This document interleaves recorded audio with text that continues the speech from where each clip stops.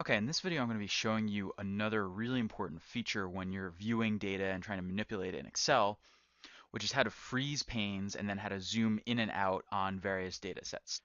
Now the zoom in and zoom out parts are probably pretty intuitive to you because you use the zoom feature with a lot of other programs in Windows, but the freeze panes might be new. So once again, the easiest way to explain this is to just show you what it means to actually freeze panes in Excel, which I'll do right now.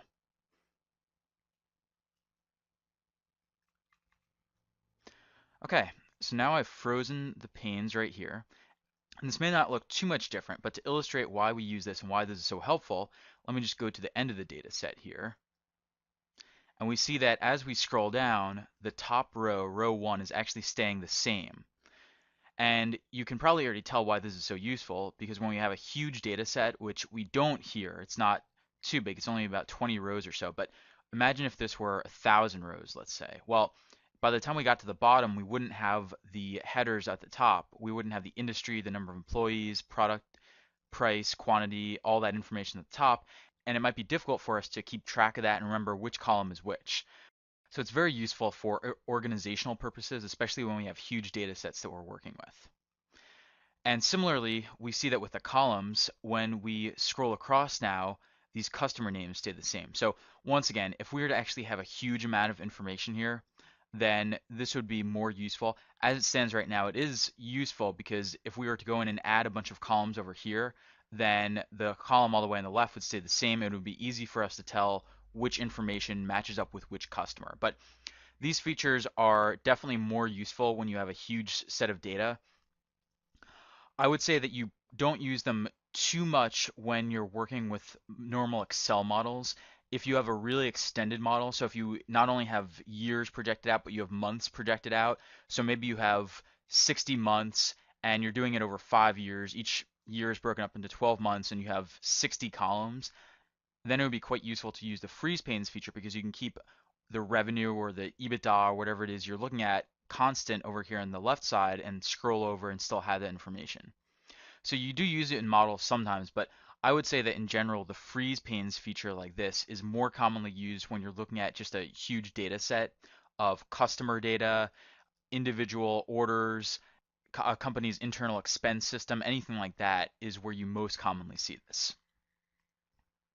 And the shortcut key to do this is Alt W F F. And what this does is it basically freezes the panes around wherever you are on the screen right now. So it takes the top left corner of whichever cell you're in and freezes the panes right there. So it makes the most sense to do this in this particular data set right here because because what we really care about are these categories for each customer, the industry, product price, product quantity, and so on up here, and then we care about the customer name.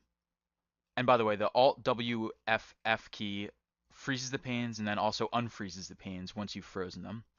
However, if we were to come down here, we could also do the same thing. We could press Alt WFF and then that would freeze the panes right here. It's not terribly useful to do this right here. It's much more common to see this done for the first column and the first row in a big data set because that's usually where the titles and the headings are. But you could potentially do it here as well.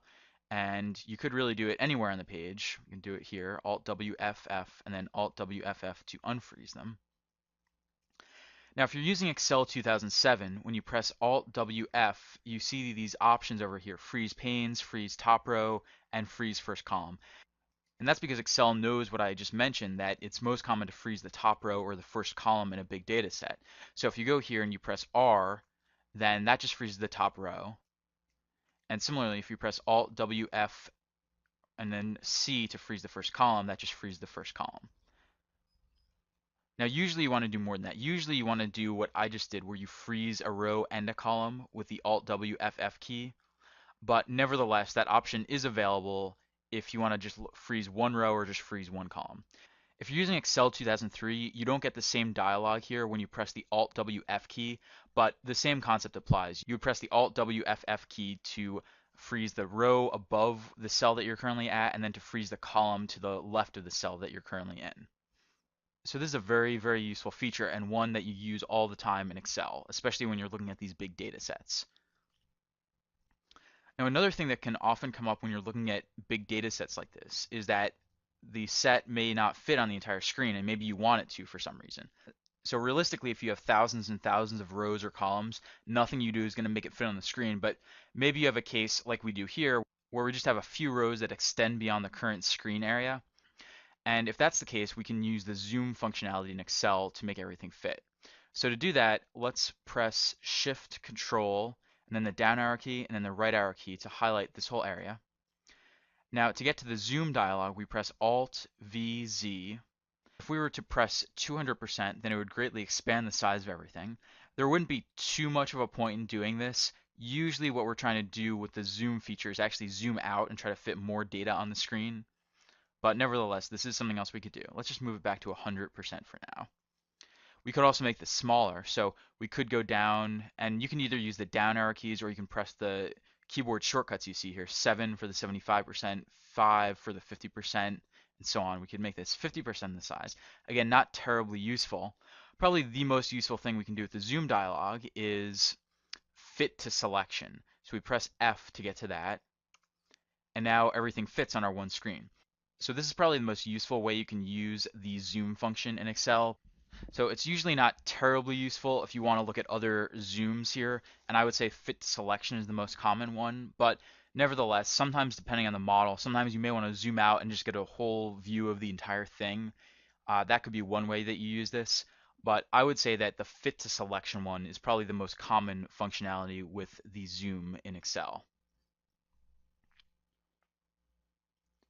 Okay, so now that we've been over those, I'm just going to hit undo a couple times here to get back to where we started. And this one, the exercise is pretty simple. What I want you to do is to imitate what I just did, where I created this freeze pane right here at the upper left-hand corner, and then I selected all the data,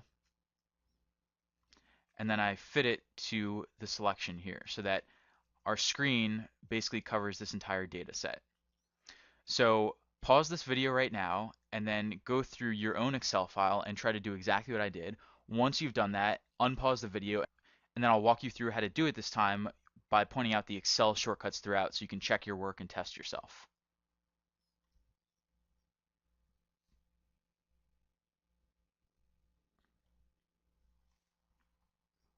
Okay, good. So here we are where we first started off, and now I'm going to walk through exactly what I did more slowly and just give you the shortcut keys.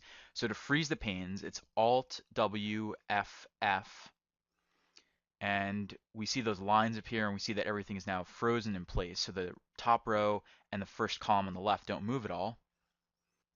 And now to fit the data all on the screen, we go to the upper left corner, press Shift Control, down arrow key, keep holding down Shift and Control, press the right arrow key to select this whole area, and then we press Alt V Z to zoom, F to fit selection, and it's now fit and everything fits on the screen. So these are very useful when you're manipulating data and trying to go through a big set.